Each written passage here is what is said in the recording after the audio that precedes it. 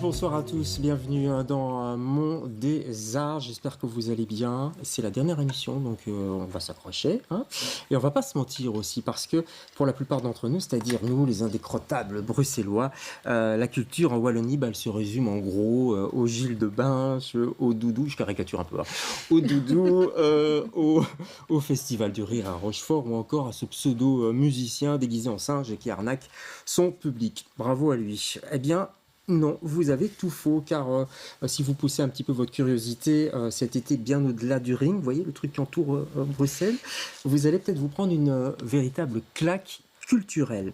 Et oui, vous allez le voir ce soir, on a épinglé pour vous ce qui se fait de mieux en Wallonie. 4 rendez-vous incontournables en scène, littérature, humour, philosophie aussi, et qui vont, j'en suis sûr, combler tous vos sens. On va en parler ce soir avec mes invités. Justine Donnet, tout d'abord. Bonsoir Justine. Bonsoir.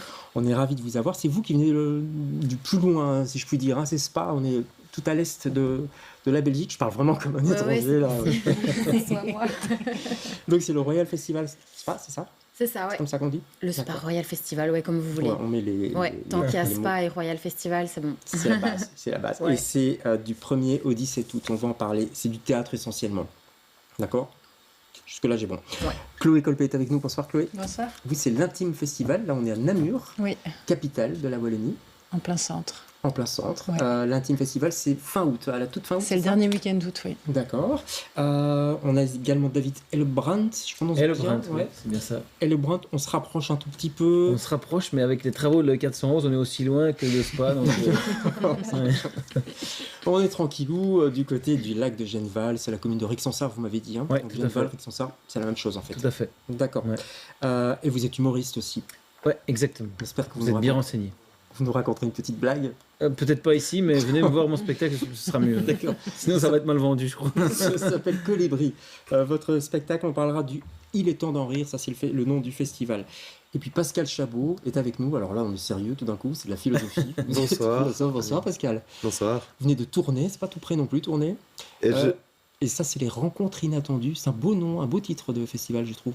Oui, parce que c'est ce qu'on essaie de proposer, de l'inattendu, de l'imprévisible. À vrai dire, je viens pour tourner, je fais le lien parce que j'habite à Oui. Bruxelles. Ah, Mais d'accord. Ouf, un Bruxellois. Non, je rigole. Non, mais c'est ça, mais c'est le but de l'émission, c'est de faire des liens entre Mais le oui. public bruxellois Mais et puis tellement. toute une série Tellement. de festivals qui se passent en Wallonie. Sortez. La semaine passée, on parlait d'Avignon, donc ça c'est un peu plus loin, mais en Belgique, il se passe plein de choses aussi. Est-ce que vous êtes tous prêts tout d'abord? Vos billetteries sont ouvertes déjà? Je sais pas, Chloé par exemple? Oui, elle est ouverte depuis un mois et demi. Ouais. Ah oui, déjà quand même. Oui. Vous aussi, je crois. Hein. Un petit mois, ouais. C'est tôt quand même, non? C'est tôt, c'est de plus en plus tard, justement. Ah ouais. Avant, ça ouvrait encore plus tôt, ouais. Au début, c'était en avril et maintenant, c'est début juin. Pourquoi c'est important d'ouvrir les billetteries maintenant? Je sais pas, à tourner, c'est... C'est ouvert depuis une quinzaine de jours. D'accord. Oui, alors c'est toujours une question de voir le bon moment où l'ouvrir.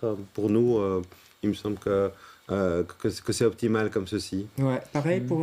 Alors, nous, parfois, c'est au coup de goutte, parce qu'il y a certains humoristes qui sont déjà planifiés. Donc, Ah oui, d'accord. enfin, C'est par spectacle, c'est Voilà, ça. c'est Oui, ça. oui, d'accord. Et sinon, pour ce qui est de la pièce de théâtre, c'est depuis avril, quand même, déjà.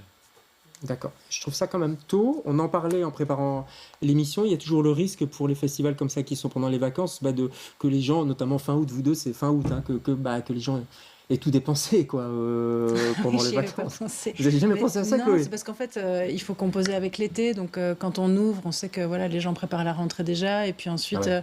il y a un creux avec les vacances. Ouais. Et puis, ça reprend. Et donc, c'est à ce moment-là qu'il faut être à nouveau prêt. Donc, c'est pour ça, je pense qu'on est dans des décalages, en fait, Ouais. de Mais billetterie. Pascal disait, faut faire attention parce qu'il y a les gens qui dépensent tout en crème solaire, en crème, en maillot de bain, etc. pendant les vacances, et puis ils n'ont plus rien pour aller à vos festivals. Ah, c'est sûr, ça peut arriver. Il y a des publics très divers, évidemment, et puis il y a des fidèles. Les festivals, c'est quand même aussi toute Ouais. une série de personnes qui ont C'est vrai. l'habitude de revenir, qui vont vraiment aller chercher quelque chose, et alors ceux-là prennent leur billet le plus tôt possible, et d'autres qui, pendant l'été, Comme se la cigale, décident, quoi. ou, voilà, en disant, mais finalement, les derniers week-ends, ou Ouais.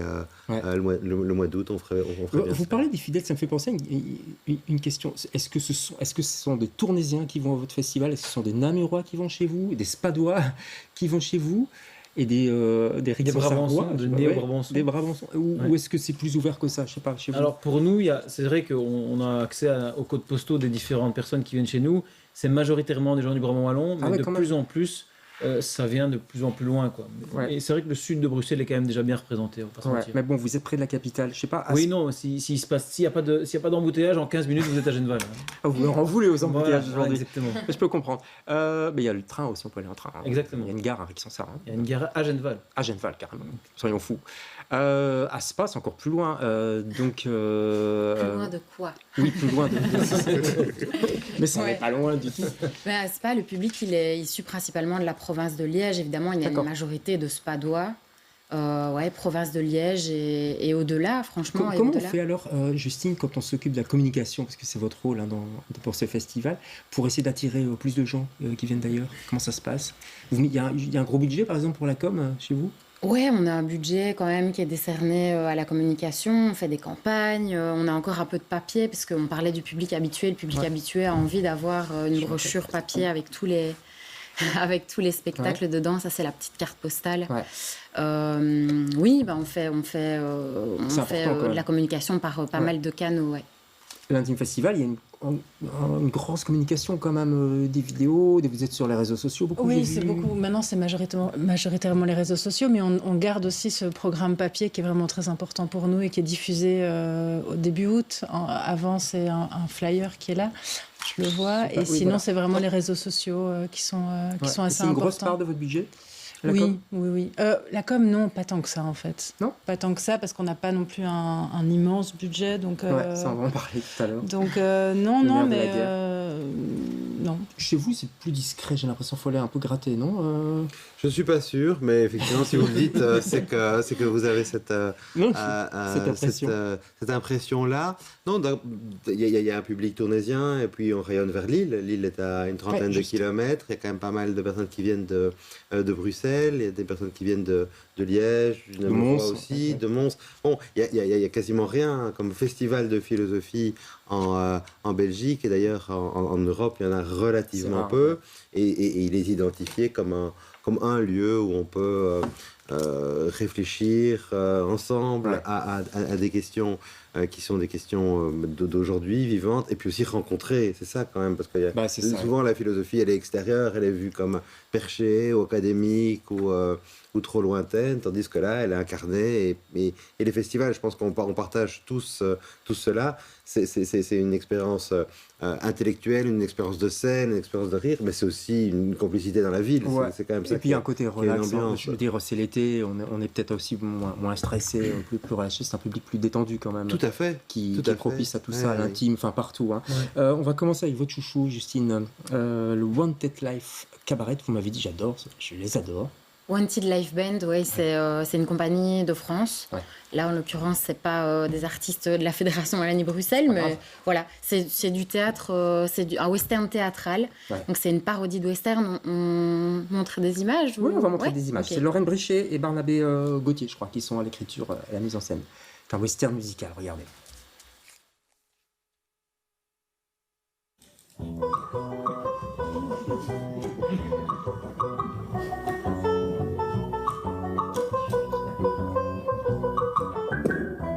Tu vois, bébé, dans la vie, il y a deux sortes de personnes. Celles qui creusent le trou et celles qui rebouchent le trou. Toi, t'es le trou. Et moi... Ah non, c'est pas ça.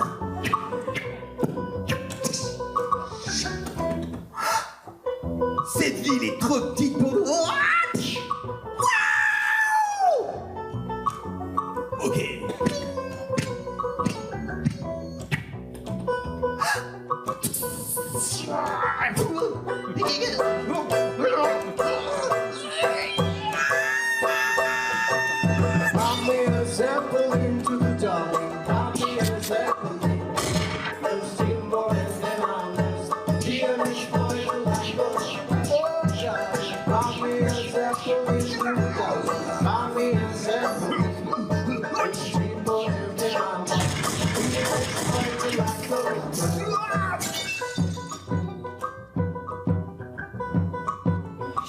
Voilà ce qu'on pourra voir, entre autres, à Spa, parce qu'il y a une foultitude de spectacles. Hein. Je vous conseille d'aller voir sur le site, hein, tout simplement.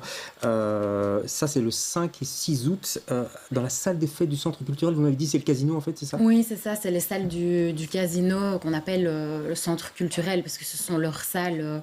C'est des salles qui datent du début du XXe siècle. Donc, le cadre, pour beaucoup, participe à l'ambiance du festival. Ouais. On va parler du cadre, parce qu'à Tournai, c'est très important aussi. Et chez vous aussi, il y a le théâtre de Namur, quand même. C'est essentiellement le théâtre de Namur, le centre, oui, on c'est occupe complètement le théâtre. Ouais. L'idée, c'était vraiment avoir une unité de lieu et de passer vraiment le week-end ensemble, puisque les artistes sont là tout le week-end. Et puis, on déborde un peu au Delta avec le cinéma. Qui est juste à côté. Qui est vraiment juste en face. Ouais, donc on s'enfuit pas trop. Ouais, non, on veut vraiment rester dans le même espace, parce que c'est important de pouvoir être ensemble. L'espace, on va voir des images maintenant du lac de Genneval, parce que là, l'espace, c'est autour des pelouses. C'est ce qui nous différencie un peu, hein, parce qu'on n'a rien inventé, nous, avec un festival d'humour, mais le fait de pouvoir faire ça en extérieur, dans cet amphithéâtre naturel ici à Genneval, oui, c'est ce qui nous différencie un peu des autres. Ouais. Vous êtes artiste comique, vous allez jouer Colibri d'ailleurs à un moment donné, puis les autres aussi. C'est compliqué de jouer comme ça en extérieur quand les gens sont en train de siroter. Alors, chez nous, c'est pas compliqué, mais je peux comprendre que certains posent la question de se dire quelles sont les conditions. Parce que, ayant déjà joué en extérieur dans des conditions un peu difficiles, c'est vrai que s'il y a un brouhaha extérieur, s'il y a une pollution sonore, c'est sûr qu'on passe un peu à côté de certaines choses. Donc ici, c'était vraiment essentiel de faire en sorte que le lieu n'est pas visible de la voie publique.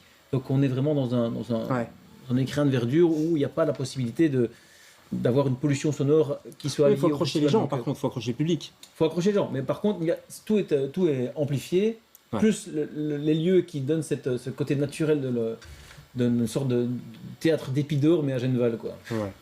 Ouais, pas mal. Voilà, vous placez alors très haut. Il faut se vendre, hein, non. Donc théâtre d'Épidore près de Bruxelles, je savais pas. Tant mieux. L'importance des lieux tout de même. Tournai, c'est une évidence. Il y a la cathédrale de Tournai. Hein. Vous connaissez la blague de la cathédrale de Tournai? Vous savez ce qu'on dit? Racontez. On dit la cathédrale de Tournai à 5 clochers et 400 cloches. Oui, c'est ça. Alors les gens disent 400 cloches, mais non, en fait c'est 5 clochers qui n'ont pas de cloche. Enfin, il y en a 4 qui n'ont pas de cloche, donc il y a une cloche en fait. Enfin, tout à fait. Je sais pas si c'est une blague de Tournai. En ouverture. Vous regarderez les replays. On va regarder des images de la première édition, c'était en 2011, donc ça remonte déjà. Il y avait du beau monde, hein, Luc Ferry, Michel Serres, etc. Tout à fait. On a toujours quelques intellectuels et des musiciens, parce que ce qu'il y a dans le festival, c'est de la musique et de la philosophie, et c'est réussi. On sait que les éditions sont réussies quand finalement la musique elle-même a fait penser, et quand la philosophie est devenue d'une certaine façon soit musicale, en tout cas pas uniquement abstraite, pas uniquement intellectuelle. Donc on a vraiment cette fusion-là, avec effectivement des noms qui ont marqué l'histoire de la pensée. Jordi Saval aussi. Jordi Saval pour la musique, Michel Serres de fait, Edgar Morin, Stigler, Barbara Cassin. C'est quand même après 15 ans, en fait, notre anniversaire, il y a du monde. Il y a du monde. On va regarder quelques images pour comprendre aussi où ça se passe. Regardez.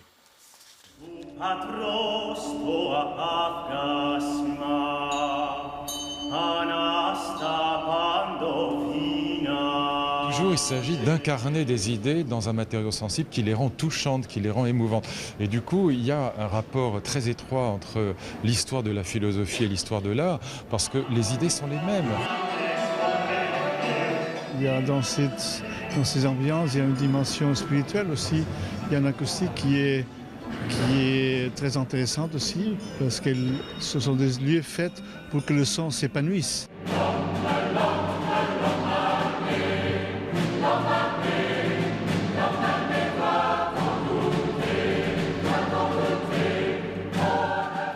Nous, on n'a fait que mettre de la lumière et des plumes au-dessus de la tête de cette musique qui est déjà une plume dans toute sa splendeur et dans toute sa légèreté, même s'il y a des moments graves.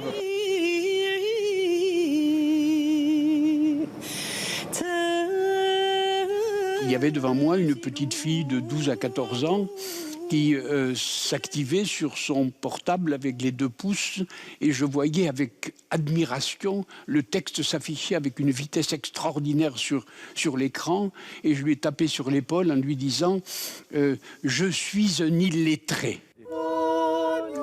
Voilà, belle ambiance, hein. C'est beau quand même, tourner. Belle ambiance, c'est beau, c'est une très belle ville et quand elle vit avec le public, elle est encore plus rutilante d'une certaine manière. Ouais. Ce qui est intéressant ici, c'est de voir des grands noms comme Serre qui est décédé. Et ce qu'on essaie de faire aussi, c'est d'inviter les personnes qui font la pensée aujourd'hui et les personnes qui font la musique aujourd'hui. Donc avoir une dimension à la fois patrimoniale par rapport à cette discipline, mais aussi c'est quoi les questions de la philosophie aujourd'hui par rapport au numérique. Notre thème, c'est les liens.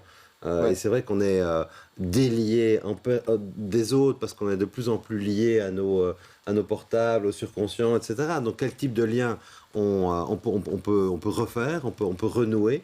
C'est de ça qu'on parle à travers des conférences plus sur la philosophie politique ou sur la famille ou sur les réseaux. Ça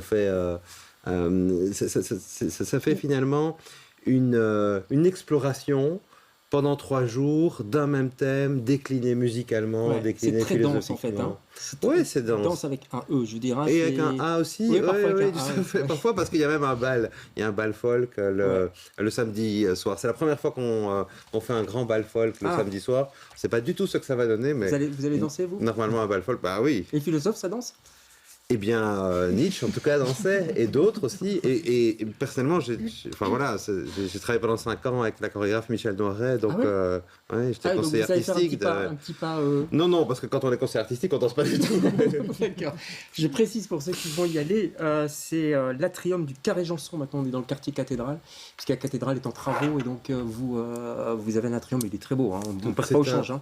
C'est un nouveau lieu, une très très belle salle qui est juste, pour ceux qui connaissent, tournée à gauche de la cathédrale, où une série de spectacles seront donnés, dont des spectacles gratuits, parce que c'est aussi quelque chose qu'on a cœur à offrir. C'est toute une série de spectacles qui sont offerts. Voilà, et puis on a vu quelques visages aussi qui vont passer cette année, puisqu'effectivement, là ce qu'on a vu, c'était une des premières éditions. Voilà, on les voit pour l'instant. Vous avez un site internet, j'imagine. Ça, c'est le petit folio. Vous êtes aussi encore dans les papiers. Oui.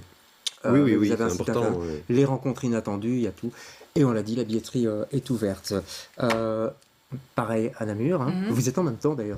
Oui, c'est le même week-end. Ouais. C'est le même week-end. Ça va aller. On va falloir avoir un don de duplicité. Ils sont forts pour ça, la duplicité. Voilà, il y a des personnes pour qui c'est un choix difficile d'aller à l'un ou à l'autre. Mais voilà, il y a samedi, il y a dimanche. Oui, certains se partagent, vraiment. On va regarder aussi un petit peu ce qui se passe à l'Intime. Ce sont des images de l'année dernière, forcément, puisque ça donne l'ambiance. C'est un peu compliqué d'avoir des images du mois d'août. Regardez, à l'Intime Festival.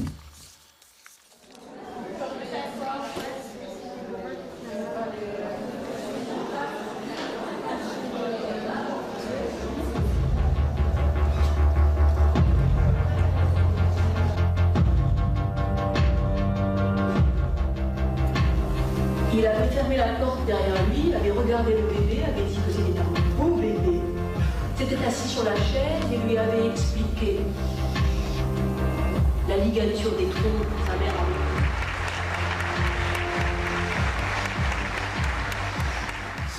Voilà, il y a plein de choses à l'Intime. C'est difficile d'ailleurs de faire son marché, mais c'est un petit peu ça aussi, quoi. Comment ça se passe? Les gens voient plusieurs spectacles, plusieurs lectures. Il faut expliquer que ce sont des lectures essentiellement. Alors à la base, c'était ça.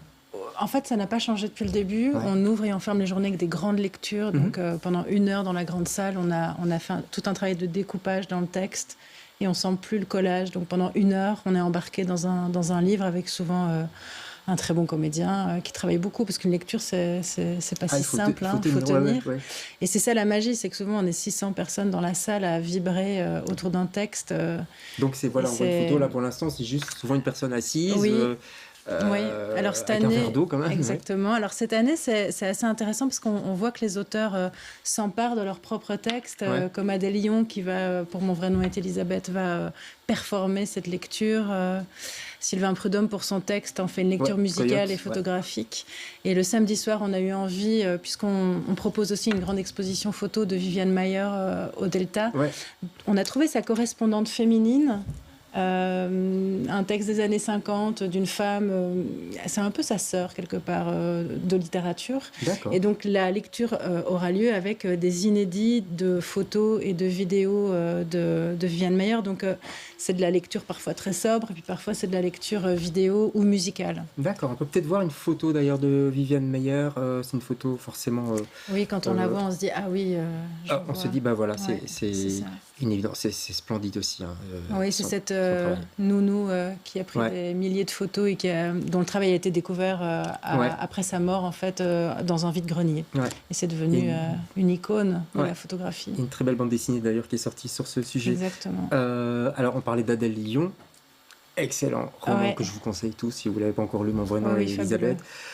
Clotilde M, on peut peut-être voir 2-3 photos de ceux qui seront invités. Clotilde M, comédienne, évidemment, je suppose qu'elle va dire des textes. Là, c'est Nicolas Maury qu'on voit pour l'instant. Vous reconnaissez peut-être son visage si vous avez vu 10%, la série 10%, mais il fait bien plus que ça. Hein. Oui. C'est un lecteur remarquable, d'une intensité folle. Voilà, Clotilde M, là pour l'instant. Puis il y a aussi Mélisse de Kerangal, grande autrice. Et puis Philippe Sands aussi, par exemple, pour prendre un autre exemple. Oui, parce que l'idée de l'Intime Festival, c'est évidemment la littérature, mais très vite, on a eu envie que ce soit pluridisciplinaire et de croiser les disciplines, c'était vraiment important. Et Philippe Sands, c'est passionnant parce que c'est un grand avocat, il mène des enquêtes de droit international, il mène des enquêtes aussi historiques, juridiques, et quelque part, c'est celui qui a réconcilié le droit et la littérature, quelque part, avec ses livres. Donc voilà, l'intime, c'est vraiment beaucoup de choses. Et plus on croise, plus ça nous plaît. Je vous vois acquiescer, vous dites, oh là là, je devrais peut-être aller à Namur finalement, non? Oui, mais évidemment, c'est chouette. Non, mais tout ça est... tout ça est passionnant. Il y a plein de choses. Évidemment, il y a plein de choses passionnantes. Et l'univers culturel est profondément un monde où on se dit, là c'est chouette, c'est incroyable, etc. Et puis on fait des choix. Voilà, vous savez, on a eu Michael Lonsdale était venu lire et puis il était reparti à tourner et puis ensuite il était parti à tourner lire, il avait fait les deux. On pourrait évidemment imaginer des collaborations. Je signale aussi Anne-Thérèse de Kersmacher pour le spectacle Braille. Oui, ça c'est le grand spectacle d'ouverture, dont la première a eu lieu à Bruges, je crois, si je ne m'abuse. Vous reprenez aussi des spectacles qui ont bien fonctionné. Je pense à celui d'Emmanuel Del Candido et d'autres spectacles. C'est aussi le principe. Oui, c'est l'ADN du festival. Quand il a été créé, c'était ça l'idée, c'était d'exporter des créations bruxelloises ou autres en province, donc de les montrer à un autre public. Et donc oui, on va programmer ce qu'on appelle un peu le meilleur de ce qui s'est fait sur les scènes théâtrales en Fédération Wallonie-Bruxelles, à Bruxelles et ailleurs. Et alors on a aussi l'aspect création. On a des créations qui se jouent pour la première fois à Spa, des spectacles qu'on soutient, des artistes qu'on coproduit. On en a 3 cette année. Et donc il y a toujours eu cet aspect-là, cet ADN qui est très théâtral, mais qui s'est ouvert à beaucoup d'autres formes depuis l'arrivée d'Axel de Bozré à la direction du festival en 2018. Ça s'est ouvert au cirque, on a des grands rendez-vous musicaux, ça c'est un peu sa spécialité, ça va du cabaret, la revue, à la comédie musicale. C'est vrai qu'il aime bien ça. Il aime beaucoup ça, et on a des concerts aussi, des cartes blanches, on fait confiance à des artistes dont on adore l'univers et qui s'entourent de musiciens somptueux. Beaucoup de variétés aussi chez vous. J'ai noté comme ça les plus connus, Zidane, Vizorek, Fanny Rué. Enfin, on a l'impression qu'ils sont tous là, quoi. On essaie de les amener. C'est ça. Donc, on a 11 soirées d'humour. Alors, c'était aussi à la fois des noms, mais aussi des noms un peu moins connus. L'idée aussi, c'est de faire connaître au grand public les stand-uppers de demain, quoi. Via le collectif What the Fun, où il y a 6 humoristes sur scène, où ils seront 7 humoristes sur scène qui joueront à chaque fois 10-12 minutes. Quoi. Il y a on va voir l'affiche de Momo, ça c'est un chouette spectacle de Sébastien Thierry avec Thibaut, pas que, entre autres, ça faut le voir aussi ce spectacle. Oui, tout à fait, donc ça on le jouera à 16 reprises. Donc en fait le festival se joue en 2 phases. On a la première phase du début juillet, enfin du 4 juillet au 9 août, où là on joue Momo de Sébastien Thierry, donc qu'on coproduit avec le Théâtre de la Toison d'Or. Et puis il y a une petite pause pour faire venir après les humoristes. Quoi. Donc, et du 18 août au 4 septembre, c'est la fenêtre humour. Mais on rigole toujours. Il me reste 30 secondes, c'est ça qu'on me dit en régie, 30 secondes, pas plus. Juste pour savoir si vous êtes subsidié suffisamment, je sais pas. La bonne question. En 30 secondes, c'est compliqué. C'est les communes qui vous aident, oui, parce qu'elles sont très rapidement. Notamment fédération, province, ville, mais c'est extrêmement important. C'est extrêmement important, c'est le nerf de la guerre. Moi, je me souviens du moment des attentats. Et lors des attentats, on disait il faut plus de culture, plus d'éducation. On l'a dit après les attentats, mais essentiel et essentiel d'aider que ce soit le public, que ce soit le privé, parce qu'on parle des liens. On va voir quels sont nos liens, mais ces liens-là, ils tiennent aussi grâce au financement pour la culture et pour les festivals. À Namur, on a besoin d'aide un peu plus à Namur, on vient seulement au bout de 12 ans d'avoir un contrat-programme, donc c'est un grand ouf, parce que chaque année c'était difficile, et nous on compte aussi sur une grosse billetterie. Donc ça, c'est les billetteries sont importantes chez vous, j'imagine que c'est très important. La pression est totale sur la billetterie, complètement. Ouais, c'est vraiment compliqué pour nous, c'est sûr. Mais allez-y, chez vous aussi, puis SPA est fort derrière vous aussi. La ville nous soutient fort et elle s'aligne sur le contrat-programme, donc on a une garantie jusque 2028. Normalement 2028, on va respirer cet été aussi en allant voir, on va essayer de se décupler, un peu comme le chanteur, vous savez, le chanteur masqué, on va faire la même chose, on va aller un petit peu partout pour essayer de vous voir. Merci beaucoup d'être passé chez nous. Merci. Passez un bel été, c'était la dernière émission de la saison, on se retrouve en septembre. Bonnes vacances, ciao.